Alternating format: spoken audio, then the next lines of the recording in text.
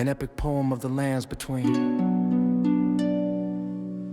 Before the first gray shimmered across the lands between. Before star or omen carved meaning into the sky.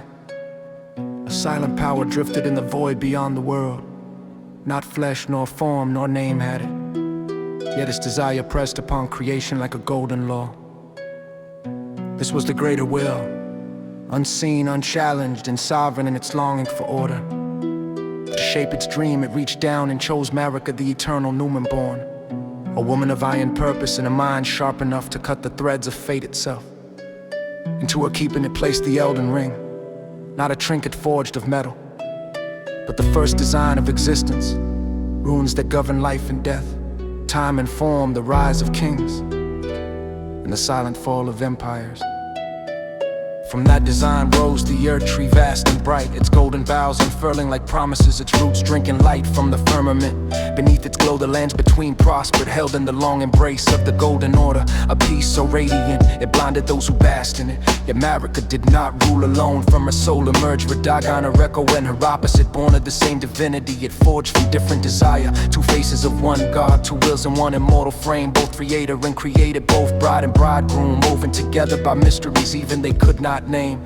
Their line grew mighty and terrible. Godfrey, the first Elden Lord, whose axe carved nations from wilderness right on the red mane of the heavens, who bound the very stars beneath his command. Ryakard, who turned from grace to consort with the serpent and tasted the flesh of gods in his rebellion. Morgott and Morg, Omen twins cursed from birth, one loyal unto death, the other bent to blood and shadow. Millennia, undefeated sword blooming with scarlet rot. Miklela, pure and gentle, dreaming a world without cruelty. And Rani of the cold moon, chilled in purpose, whose eyes saw the fate untouched by the greater will. Their brilliance was the first omen of their doom.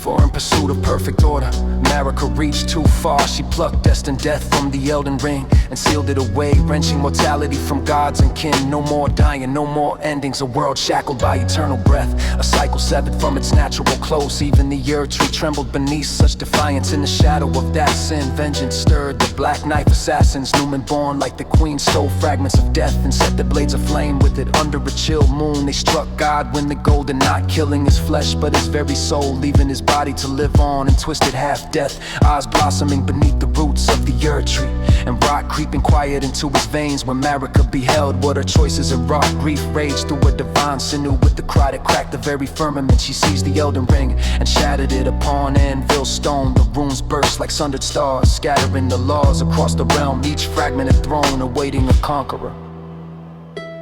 Radagon, ever her mirror, tried in vain to repair the wound. But how can a god mend a break born of its own heart? He bound the shards in stasis, yet the great will turned its face away, and the earth tree sealed itself against all supplicants. The age of calm had ended, the storm of ambition began. Then rose the children of the divine in ruinous war. Radon strode the dunes of Kala, the titan of gravity and flame, holding the stars themselves hostage with his might. Against him came Elenia, blade of the rot god within her, that clashed, birthing a bloom of scarlet blight that drowned the land in corruption. Ryakard embraced the god-devouring serpent and feasted upon divinity, proclaiming rebellion against the very order that birthed him.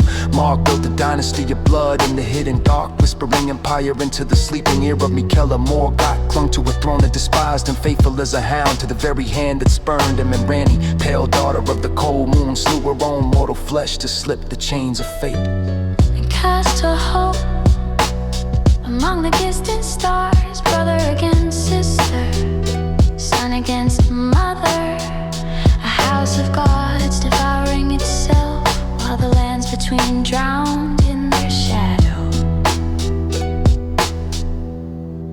But long before the sundering, Marika had cast out her first consort, Godfrey, stripping him and all who followed of grace, naming them tarnished and banishing them to lands beyond the earth tree's light. Exiles forgotten, dimmed as embers, yet not extinguished.